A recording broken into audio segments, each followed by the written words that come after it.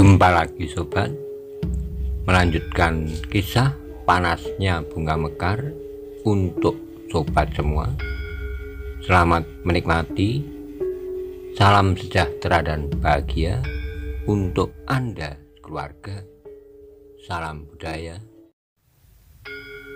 Pada episode sebelumnya dikisahkan, setelah Maisa Bungalan menyerahkan Ki Lambun kepada Ki Buyut untuk diberi pengarahan, kemudian dia bersama Makerti pergi ke perguruan Gemakwerdi.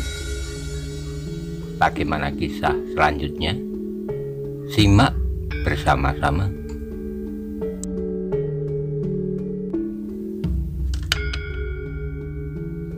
Maisa Bungalan mengangguk-angguk. Adalah wajar bahwa seorang kakak mengajar adiknya berbuat baik, tetapi rasa-rasanya segan juga untuk menerima penghormatan yang berlebihan. Setelah beristirahat sejenak, maka ketika ganter mulai diselubungi oleh kegelapan, Maisa Bungalan diantar oleh Makerti pergi ke rumah Gemakwerdi yang masih bersangkut paut sanak meskipun sudah agak jauh.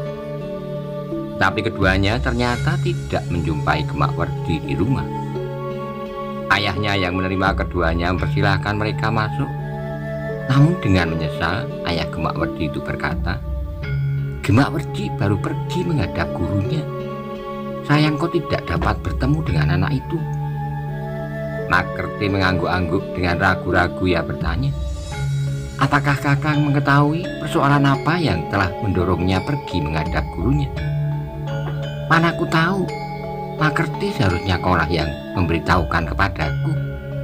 Kenapa anak itu tiba-tiba saja ingin menghadap gurunya? Apakah ia tidak mengatakannya kepadamu?" Makerti menjadi berdebar-debar, namun jawabnya, "Gemakwerdi tidak mengatakan kepadaku, kakang, bahwa ia akan menghadap guru hari ini." Makerti hanya mengangguk-angguk saja, tapi orang tua itu pun merasa aneh. Karena biasanya Gemakwerdi lebih banyak bergaul dengan Makerti daripada dengan orang tuanya. Makerti pun kemudian mengajak Maisa Bungalan meninggalkan rumah Gemakwerdi. Malam itu Maisa Bungalan dipersilahkan bermalam di rumah Makerti. Terhadap Makerti, Maisa Bungalan tidak dapat ingkar lagi tentang dirinya. Makerti adalah orang yang baik menurut penilaian Maisa Bungalan. Sehingga terhadapnya ia pun kemudian berterus terang. "Besok pagi kita menyusul Gemakwerdi," berkata Makerti kepada Maisa Bungalan. "Kita akan berkuda agar kita tidak kehilangan banyak waktu di perjalanan." "Apakah padepokan sangat jauh dari pedukuhan ini?" bertanya Maisa Bungalan. "Tidak terlalu jauh. Jika kita berkuda, kita akan bermalam 1 hari di perjalanan. Tapi aku tahu tempat menginap yang paling baik karena aku dan Gemakwerdi selalu menginap di pedukuhan itu. Aku kenal benar dengan seorang buyut yang baik yang selalu memberikan tempat menginap kepadaku dan Gemakwerdi," jawab Makerti. Maisa Bungalan mengangguk-angguk. Ternyata padepokan itu tidak terlalu dekat, sehingga diperlukan waktu bermalam di perjalanan, meskipun Makerti sudah terbiasa menginap di tempat tertentu jika ia pergi ke padepokan itu. Ketika fajar menyingsing, maka adik Makerti telah menyiapkan 2 ekor kuda yang akan dipergunakan oleh Makerti dan Maisa Bungalan pergi ke padepokan tempat Gemakwerdi berguru. Setelah makan pagi dan dengan sekedar bekal di perjalanan, maka Makerti pun meninggalkan rumahnya bersama Maisa Bungalan untuk suatu perjalanan yang mendebarkan. "Mudah-mudahan guru tidak salah paham," berkata Makerti. Maisa Bungalan mengangguk-angguk. Ia pun kemudian mengetahui bahwa Makerti dan Gemakwerdi adalah 2 orang saudara seperguruan. Meskipun Makerti menurut urutan darah, meskipun sudah tidak terlalu dekat, adalah paman Gemakwerdi. "Aku sudah lama meninggalkan padepokan itu," berkata Makerti. "Aku telah mencoba mematangkan ilmuku menurut kemampuanku. Meskipun ternyata sama sekali tidak berarti, Tapi bekal yang diberikan pada Gemakwerdi oleh guru agaknya lebih banyak dari yang diberikan kepadaku, meskipun ia masih belum sempat mengembangkannya. Tapi sesuai dengan sifat dan kemudahannya, maka ia telah berbuat sesuatu yang merugikan dirinya sendiri. Ia ingin menyatakan kepada orang lain bahwa ia baru saja turun dari perguruan. Agaknya itu sudah sewajarnya terjadi, berkata Maesa Bungaran. Apakah kau berbuat serupa ketika kau baru saja menyelesaikan masa bergurumu? Bertanya Makerti. Aku masih belum selesai berguru. Masa ini adalah masa pemantapan ilmu yang sudah aku terima dari guruku. Tetapi pada suatu saat aku akan kembali lagi untuk menekuni ilmu yang masih belum dilimpahkan kepadaku oleh guruku. Gurumu tentu orang yang luar biasa, desis Makerti. Tidak, guruku bukan orang luar biasa. Jika luar biasa itu hanyalah dalam hubungan darah, guruku yang seorang adalah ayahku sendiri, jawab Maesa Bungaran. Oh, Makerti mengangguk. Tapi ia bertanya, berapa orang guru yang menuntun kau dalam olah kanuragan? Maesa Bungaran tersenyum, katanya kemudian, aku menyadap ilmu dari siapapun, bahkan dari Ki Lambun pun aku mencoba berguru. Benarnya lah bahwa pengalaman adalah guru yang sangat baik. Makerti menarik napas dalam-dalam. Ia sadar bahwa Maesa Bungaran masih belum bersedia menyebut nama guru-gurunya. Karena itu maka ia pun tidak. Makerti menarik napas dalam-dalam. Ia sadar bahwa Maesa Bungaran masih belum bersedia menyebut nama guru-gurunya. Karena itu maka ia pun tidak memaksa. Perjalanan mereka pun semakin lama menjadi semakin jauh. Matahari yang kemudian manjat langit, sinarnya terasa semakin panas membakar kulit. Namun ternyata bahwa keduanya adalah dua orang yang sudah terbiasa dipanggang di panasnya matahari dan direndam di dinginnya embun malam, sehingga panasnya matahari tidak terasa mengganggu perjalanan mereka. Bahkan perjalanan itu terasa menarik bagi Maesa Bungaran karena daerah yang dilaluinya belum pernah dilihatnya sebelumnya.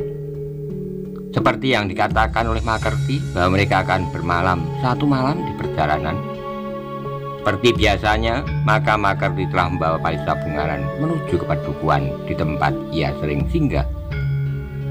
Ketika matahari menjadi semakin condong, maka mereka pun menjadi semakin dekat dengan tempat Makerti biasa bermalam.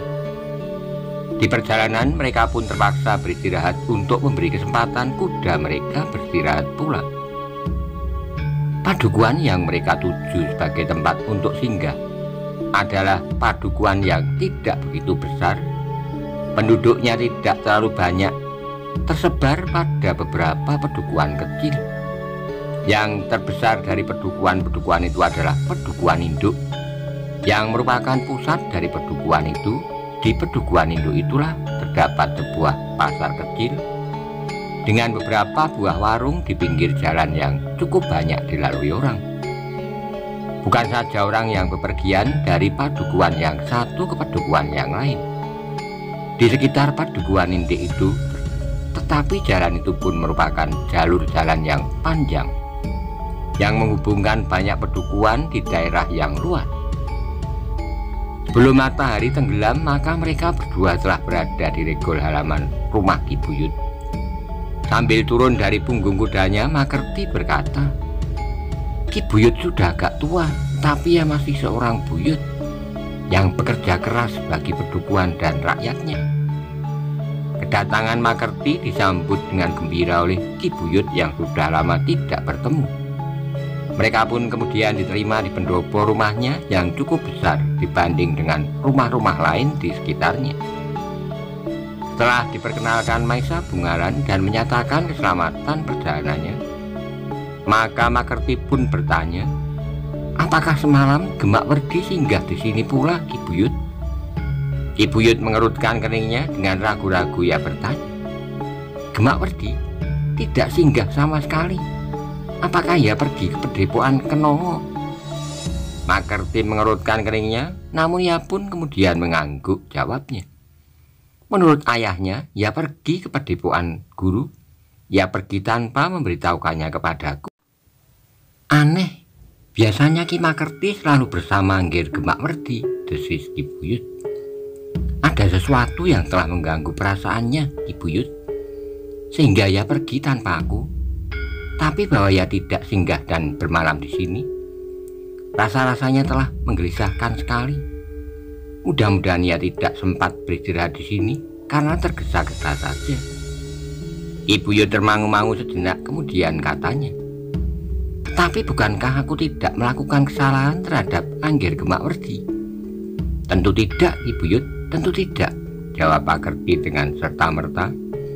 "Yang terjadi adalah Gemakwerdi nampaknya kurang senang atas peristiwa yang terjadi di Watan, sehingga ia ingin menghadap guru dan mungkin untuk mendapatkan pertimbangan." Ki Buyut mengangguk-angguk, gumamnya, "Mudah-mudahan ia tidak marah kepadaku karena sesuatu yang tidak aku sadari. Ki Buyut selalu berbuat baik padaku dan kepada Gemakwerdi. Nampaknya peristiwa yang terjadi di Watan itu begitu mencekam hatinya, sehingga ia tergesa-gesa sekali untuk segera bertemu dengan guru." Ki Buyut mengangguk-angguk, namun masih membayang kekhawatirannya bahwa ia telah melakukan sesuatu yang tidak disenangi oleh Gemakwerdi. Dalam pada itu Makerti dan Maisa Bungalan telah bermalam di rumah Ki Buyut dengan mendapat tempat dan pelayanan baik-baiknya seperti biasanya. Bahkan nampaknya Ki Buyut bersikap selalu baik karena kekhawatirannya tentang Gemakwerdi. Setelah makan malam, Makerti dan Maisa Bungalan tidak segera pergi ke bilik yang sudah disediakan. Mereka masih duduk sejenak bercakap-cakap dengan Ki Buyut beserta keluarganya. Bahkan demikian asiknya mereka berbicara di ruang dalam, sehingga malam pun menjadi semakin larut. "Ki Makerti," berkata Ki Buyut kemudian, "malam sudah larut, silakan Ki Makerti dan Angger Maisa Bungalan beristirahat. Bukankah besok kalian masih akan melanjutkan perjalanan?" Ki Makerti tersenyum, nampaknya Ki Buyut memang sudah sangat mengantuk. Bahkan matanya kadang-kadang telah terkatup, dan pembicaraannya pun kadang-kadang telah menjadi kabur. "Terima kasih Ki Buyut," berkata Makerti kemudian, "kami akan beristirahat agar besok pagi benar kami dapat bangun dan berangkat untuk meneruskan perjalanan." Ki Buyut mengangguk-angguk, tetapi kadang-kadang matanya telah terkatup. Demikian Makerti dan Maisa Bungalan masuki biliknya. Ki Buyut pun segera masuk pula ke bilik tidurnya. Begitu ia merebahkan diri, maka tiba-tiba saja telah terdengar ia mendengkur. Di dalam biliknya, Makerti pun rasa-rasanya telah dicekam oleh perasaan kantuk yang sangat. Bahkan kemudian ia menjadi curiga apakah yang telah menyebabkannya. Ketika ia berpaling kepada Maisa Bungalan yang masih duduk di dingklik kayu di dalam bilik itu, ia melihat anak muda itu sedang merenungi sesuatu. "Maisa Bungalan, apakah kau sedang memperhitungkan sesuatu yang asing malam ini?" "Ya, Ki Makerti, ada sesuatu yang agaknya telah mengganggu kesadaranku." Ki Makerti mengangguk-angguk, kemudian ia pun beringsut mendekati Maisa Bungalan sambil berbisik, "Guru ada di sini sekarang." Maisa Bungalan mengerutkan keningnya. Ia menjadi heran mendengar kata-kata Makerti itu. Tapi sebelum ia bertanya, Makerti telah berbisik pula, "Aku mengenalimu semacam ini. Guru tentu sedang menjajaki apakah orang yang diceritakan oleh Gemakwerdi mampu mengatasi ilmunya yang langsung menyentuh kesadaran orang lain." Maisa Bungalan menarik napas dalam-dalam. Itulah agaknya Ki Buyut tidak dapat bertahan lebih lama lagi untuk duduk dan berbincang. "Bagaimana perasaanmu, Maisa Bungalan?" bertanya Makerti. "Aku akan mencoba mengatasi, tapi bagaimana dengan engkau sendiri?" "Aku pernah mempelajari juga dari guru, dan aku telah berusaha mengimbangkannya sendiri, sehingga mudah-mudahan aku pun dapat mengatasinya." Maisa Bungalan mengangguk-angguk, namun katanya kemudian, "Tapi aku tidak akan berbuat sesuatu. Aku tidak merasa perlu untuk menanggapinya. agar kesalahpahaman itu tidak menjadi semakin meluas. Makerti mengangguk-angguk. Ia pun menyadari bahwa Gemakwerdi tentu sudah menghadap gurunya dan menceritakan apa yang sudah terjadi. Agaknya gurunya pun yakin bahwa Makerti akan menyusul Gemakwerdi bersama Maesa Bungalan. Sehingga karena itu maka gurunya telah datang ke tempat Makerti selalu menginap untuk menjajaki kemampuan orang yang tentu sudah diceritakan oleh Gemakwerdi. Maesa Bungalan dan Makerti yang masih duduk dalam bilik yang disediakan bagi mereka, dengan mengerahkan kemampuan daya tahan mereka, keduanya berusaha mengatasi ilmu yang meliputi rumah Ki Buyut. Dengan susah payah Ki Makerti mencoba bertahan, tetapi karena lontaran ilmu gurunya terasa menjadi semakin kuat, maka lambat laun daya tahannya pun rasa-rasanya menjadi semakin menurun. Bahkan matanya perlahan-lahan mulai terpejam. Tapi Makerti mencoba bertahan terus dengan segenap kekuatan lahir dan batinnya. Ia justru mencoba berdiri dan berjalan hilir mudik di dalam bilik itu. Luar biasa, desisnya. Ketika ia berdiri dekat di hadapan Maesa Bungalan, aku tidak tahan lagi. Mungkin guru kini telah berada di pendopo atau di Pringgitan. Ilmu ini semakin mencekik. Maesa Bungalan memandanginya perlahan-lahan. Ia berbisik, apakah Ki Makerti merasa bahwa tidak akan dapat bertahan lebih lama lagi? Mungkin aku akan terjerembab dan tertidur bentar lagi, desisnya. Aku tidak tahan lagi. Duduklah di sisiku, desis Maesa Bungalan. Ki Makerti termangu-mangu sejenak, tetapi matanya terasa menjadi semakin berat. Karena Ki Makerti masih bertahan untuk berdiri meskipun nampaknya keseimbangannya sudah mulai terganggu, maka Maesa Bungalan pun kemudian menarik tangannya dan mempersilahkannya duduk di sisinya. Tenanglah, berkata Maesa Bungalan. Tapi Maesa Bungalan tidak melepaskan tangan Ki Makerti. Sejenak Ki Makerti masih harus bertahan dengan sekuat tenaga. Namun kemudian terasa dari tangan Maesa Bungalan seolah-olah tersalur arus panas ke urat darahnya dan perlahan-lahan mengalir ke seluruh tubuhnya. Meskipun Ki Makerti sudah menjadi sangat mengantuk, tetapi ia masih merasa arus panas di tubuhnya itu. Bahkan kemudian jantungnya pun serasa menjadi panas pula. Perlahan-lahan namun pasti maka perasaan kantuknya bagaikan terusir dari dirinya. Luar biasa, Ki Makerti berdesis. Maesa Bungalan memberi syarat agar Ki Makerti diam sejenak. Ki Makerti pun kemudian terdiam seperti Maesa Bungalan. Ia mencoba mendengarkan setiap desir yang paling lembut sekalipun.